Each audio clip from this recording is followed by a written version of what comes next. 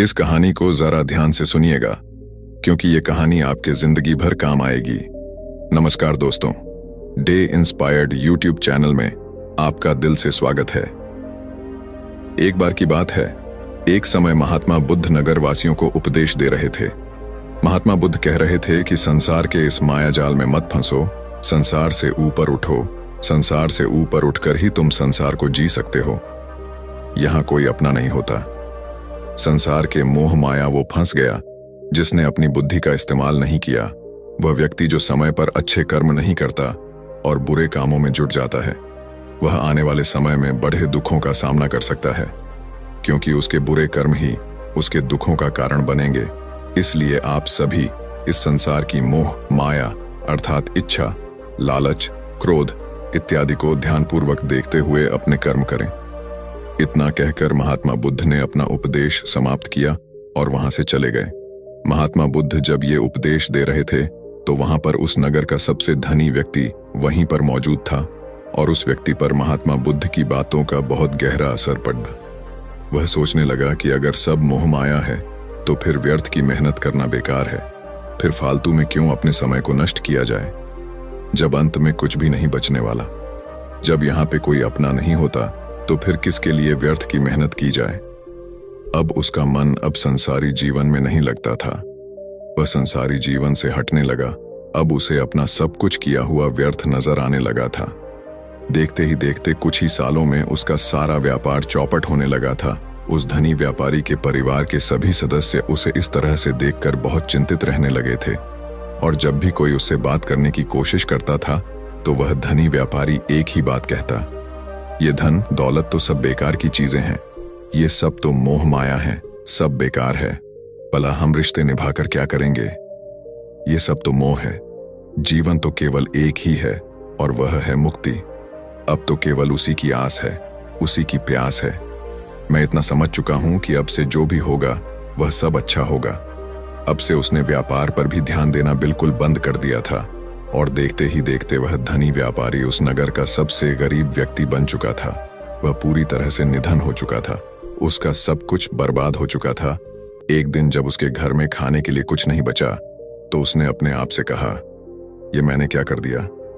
सब कुछ तो बहुत अच्छा चल रहा था, लेकिन मैंने अपने हाथों ही सब कुछ बर्बाद कर दिया। आज मेरे परिवार का हर एक सदस्य भूखा है। उनके पास खाने के लिए कुछ नहीं और मैं उनके लिए कुछ नहीं कर पा रहा हूं। वह ये सब सोच ही रहा था कि तभी उसे याद आया कि उसने महात्मा बुद्ध की बातों में आकर अपना जीवन बर्बाद कर लिया। ना तो उसे मुक्ति मिली और ना ही सुकून। अब तो भोजन के लिए भी आज मुझे रोज मरना पड़ता है। हर रोज मुझे मेहनत करनी पड़ती है, तब जाकर मेरे परिवार को 2 वक्त की रोटी मिल पाती है। अपने परिवार की इस तरह से बुरी हालत देखकर उससे रहा नहीं गया। वह बहुत चिंतित रहने लगा था। तब उसके मन में ख्याल आया कि वह अब किससे मदद मांगेगा, आखिर अब उसका साथ कौन देगा। तभी उसे याद आया कि उसे महात्मा बुद्ध के पास ही जाना चाहिए, क्योंकि बुद्ध के कारण आज उसकी यह हालत है। उसके हालात के जिम्मेदार तो वही है। मैं तो सीधा सीधा अपने मार्ग पर जा रहा था, लगातार अपने व्यापार में उन्नति कर रहा था, लेकिन जब से मैंने उनकी बातें सुनी तब से मेरा मन विचलित हो गया। उनकी फालतू बातों में आकर मैंने अपना सब कुछ बर्बाद कर दिया। मेरे हालात के जिम्मेदार तो वही है, इसलिए मुझे उनके पास ही जाना होगा। अपने मन में क्रोध लिए 2 दिनों की लंबी यात्रा करके वह महात्मा बुद्ध के पास पहुंचा और क्रोध में आकर महात्मा बुद्ध से कहता है, हे बुद्ध, आपको कोई ज्ञान नहीं। आपने सत्य की प्राप्ति की है। आप तो केवल भोले भाले लोगों को फंसाना जानते हैं। अपनी चिकनी चुपड़ी बातों में उन्हें बहलाना जानते हैं। आप लोगों के सीधेपन का फायदा उठाकर अपनी प्रसिद्धि और अपनी प्रशंसा करवाते हैं। आप हमें ऐसे सपने दिखाते हैं जो कभी पूरे नहीं होते। मैं भी ऐसा ही एक सीधा साधा व्यक्ति था और मैं उस नगर का सबसे बड़ धनी व्यक्ति था। आपसे मिलने से पहले सब कुछ ठीक चल रहा था। मेरे पास धन की कोई कमी नहीं थी। सारे ऐशो आराम थे, सारी सुख सुविधाएं थीं। लेकिन जब से मैंने आपका उपदेश सुना, मैं आपसे इतना प्रभावित हो गया कि मैंने आपकी बातों को ही मानना शुरू कर दिया और वो सारी चीजें छोड़ दी जो मुझे संसारी जीवन से जोड़ती थीं। अर्थात संसार की सारी मोह माया मैंने त्याग दी, और आज देखिए, आपकी वजह से मेरा पूरा परिवार भिखारी बन चुका है। वह छोटी सी कुटिया में रहता है। यहाँ तक कि रोज के खाने के लिए भी नहीं है। आपकी वजह से मैं पूरी तरह से बर्बाद हो चुका हूँ। उस व्यक्ति के इतना कहने के बाद महात्मा बुद्ध शांति से मुस्कुराते हुए उस व्यक्ति से कहते हैं, आखिर तुम्हारे साथ क्या हुआ है और तुमने मेरी बातों का क्या मतलब निकाला? इस पर वह व्यक्ति महात्मा बुद्ध को सारी बातें बता देता है। आप कहते हैं कि धन दौलत की इच्छा करना ये काम सब मोह माया है से भरा है। आप सांसारिक जीवन को बुरा कहते हैं और खुद इस संसार में आकर भिक्षा मांगते हैं। आप आध्यात्मिक जीवन को अच्छा बताते हैं, किंतु मेरा एक प्रश्न है, इस आध्यात्मिक जीवन से हमें क्या मिलता है? इससे हमें क्या लाभ? आपने कहा था कि हमें आध्यात्मिक जीवन से सुख प्राप्त होता है, लेकिन मैंने तो जब से आध्यात्मिक जीवन अपनाया है तब से मुझे केवल दुख ही दुख मिला है। यहाँ तक कि मेरे पास जो कुछ भी था वह भी सब में खो बैठा हूँ। आप लोगों को झूठा सुख दिखाकर उन्हें अंधकार में ढकेल देते हैं। क्या यह वास्तविकता नहीं? इस पर महात्मा बुद्ध मुस्कुराते हुए उस व्यक्ति से कहते हैं, बेटा तुम बहुत दूर से आए हो, अभी तुम विश्राम करो। रात को आकर मैं तुम्हें तुम्हारे सभी प्रश्नों का जवाब दे दूंगा।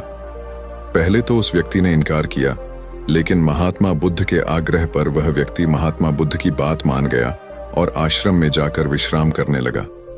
रात्रि के बाद महात्मा बुद्ध उस व्यक्ति के पास आए और कहा, बेटा मैंने एक व्यक्ति की बात सुना, वो कह रहा था कि एक हाथी हवा में उड़ रहा था।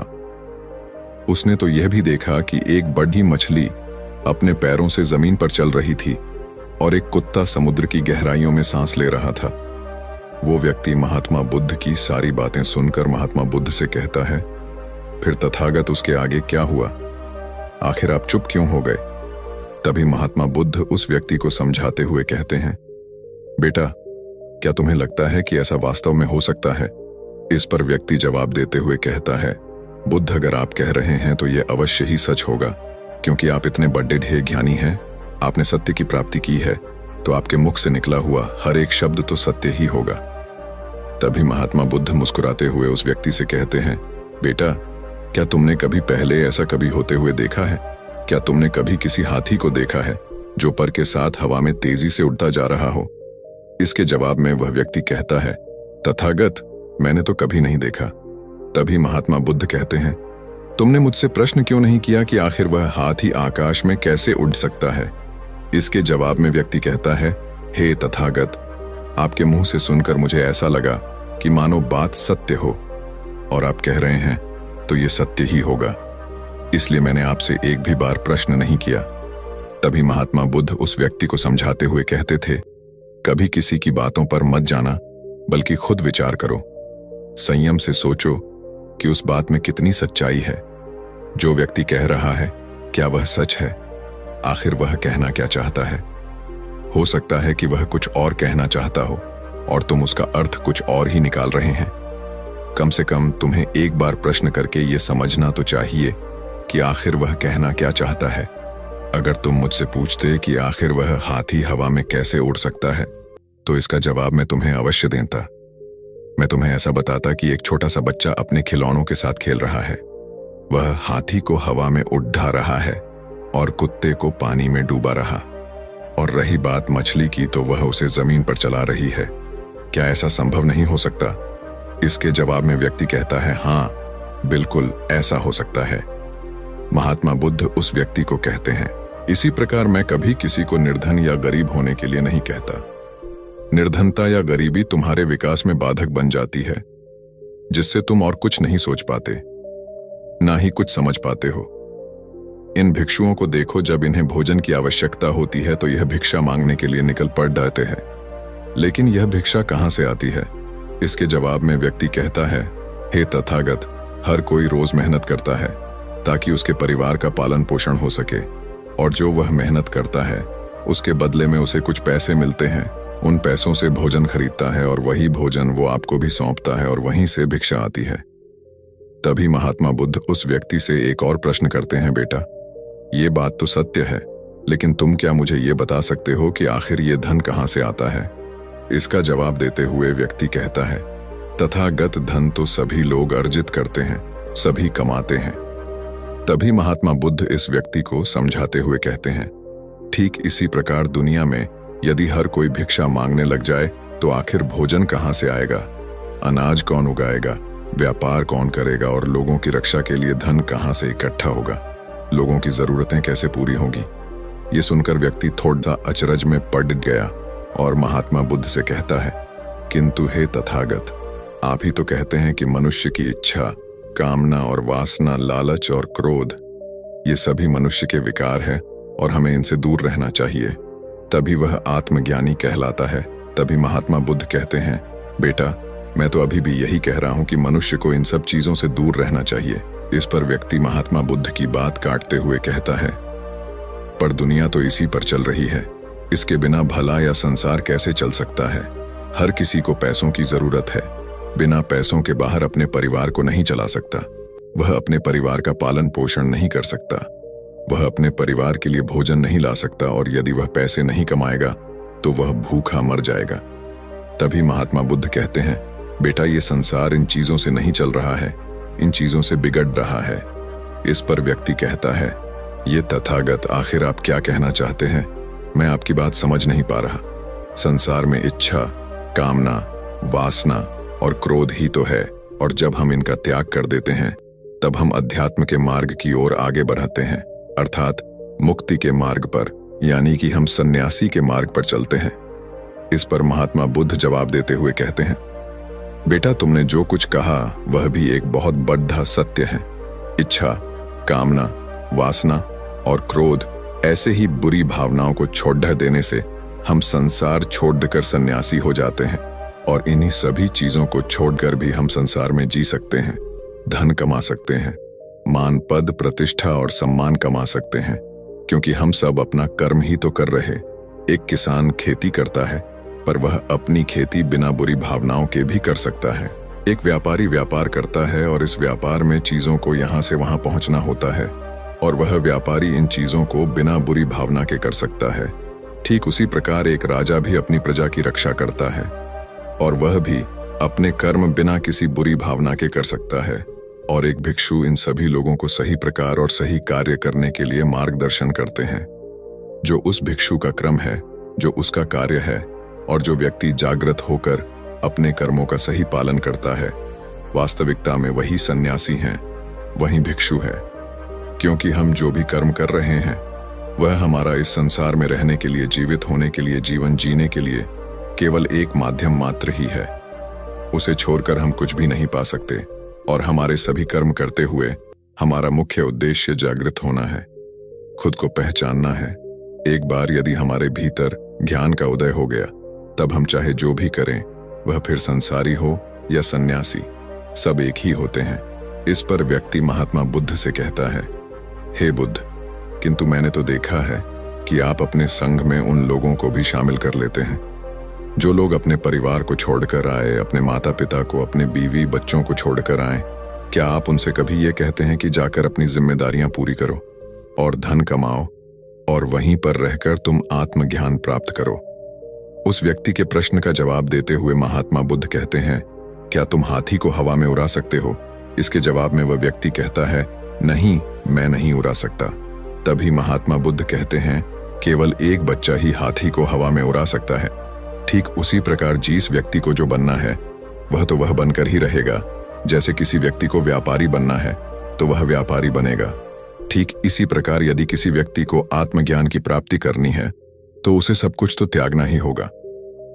आगे महात्मा बुद्ध उस व्यक्ति से कहते हैं, बेटा, क्या तुम सब कुछ छोड़कर आत्मज्ञान के मार्ग पर आगे बढ़ते, या फिर तुम ये सोच रहे थे कि इस रास्ते पर चलकर जीवन आसान हो जाएगा, जो होगा सब अच्छा होगा, सब कुछ अपने आप ही मिलने लगेगा, मुझे तो कुछ करने की आवश्यकता ही नहीं पड़ेगी, सारे दुख दर्द सब कुछ समाप्त हो जाएगा और जीवन में चमत्कार होने लगेगा और अंत में मुक्ति भी मिल जाएगी। महात्मा बुद्ध की यह बात सुनकर उस व्यक्ति को अपनी गलती का एहसास हो गया।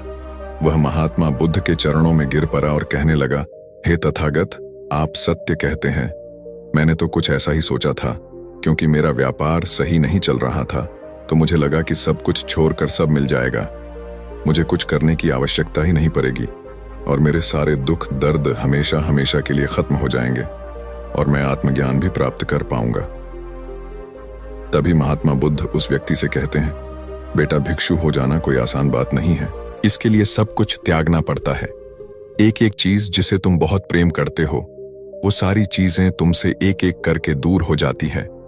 तो क्या तुम भिक्षु बनने के लिए तैयार हो? क्या तुम सब कुछ छोड़कर अध्यात्म के मार्ग में आगे बढ़ना चाहते हो? इसके जवाब में व्यक्ति कहता है, हे तथागत, मुझे मेरी गलती का एहसास हो चुका है। मुझे भिक्षु नहीं बनना, मैं तो व्यापारी ही ठीक हूं। मैं तो अपने संसारी जीवन में ही खुश था। परंतु अब भी मेरे मन में एक प्रश्न शेष बचा है। अगर आपकी आज्ञा हो तो वह प्रश्न भी मैं आपसे पूछना चाहूंगा।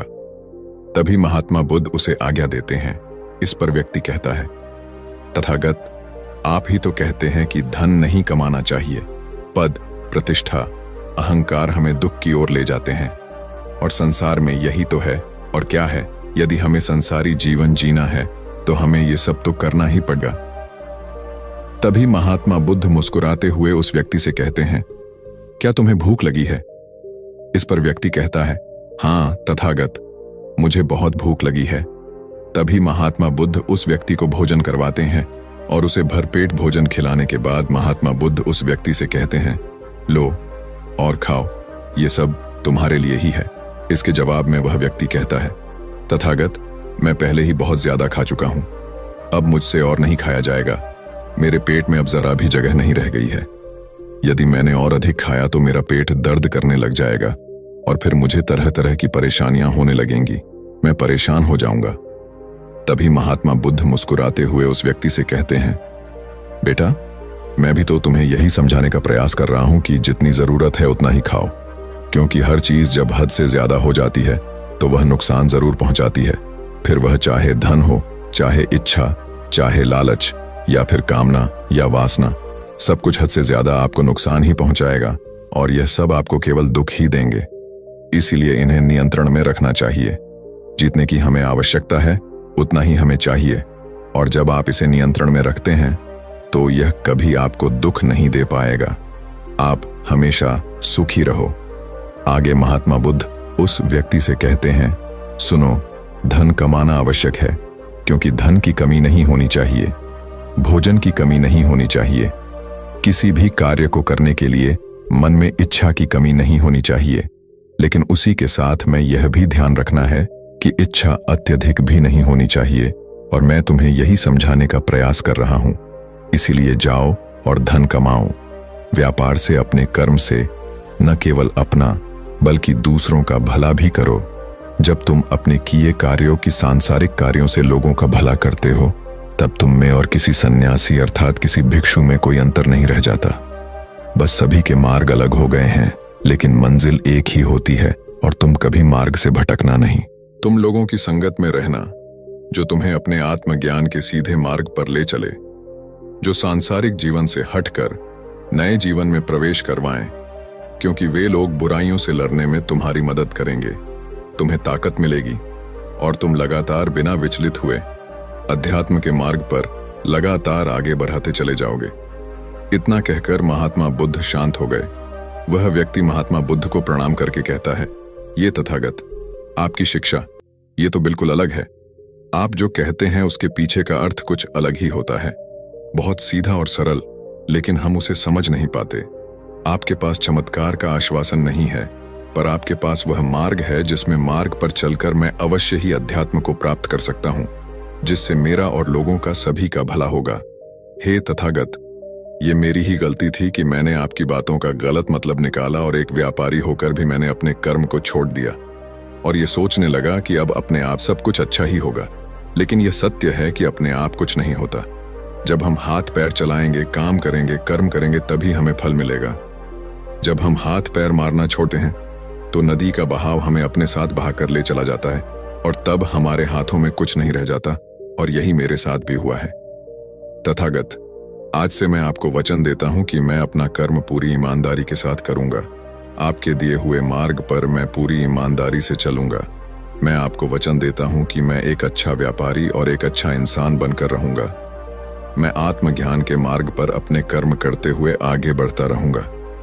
इतना कहकर वो व्यक्ति महात्मा बुद्ध को प्रणाम करके वहां से लौट गया। बाकी अगर ये कहानी आपको अच्छी लगी हो तो इस वीडियो को लाइक करें और ऐसी और कहानी सुनने के लिए डे इंस्पायर्ड यूट्यूब चैनल को सब्सक्राइब करें।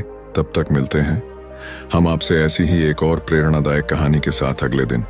धन्यवाद।